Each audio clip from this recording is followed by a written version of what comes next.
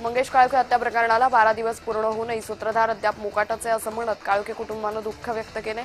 आरोपींना फाशी देण्याची मागणीही या कुटुंबियांकडून करण्यात आली आहे।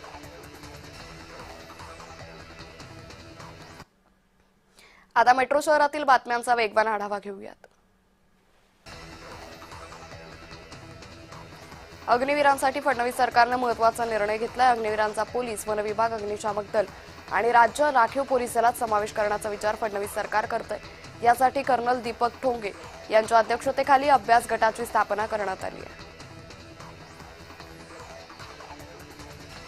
मुंबई महापालिकेच्या 227 प्रभागांची अंतिम मतदार यादी अद्याप जाहीरच झाली नसल्याची माहिती अनिल गलगली यांनी दिली आहे। त्यामुळे निवडणुकीला अवघ्या 8 दिवस शिल्लक राहिलेत आणि अशात लोकशाही प्रक्रियेवर गंभीर प्रश्न उपस्थित होत आहेत।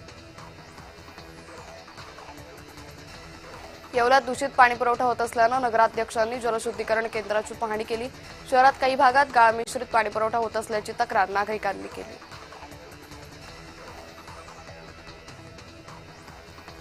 ऑक्सफर्ड युनिव्हर्सिटी प्रेस इंडियानं खासदार उदयनराजे भोसले यांची जाहीर माफी मागितली।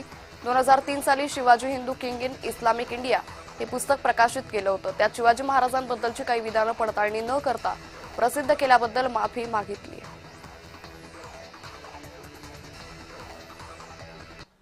आता देश विदेशातील बातम्यांचा वेगवान आढावा घेऊयात।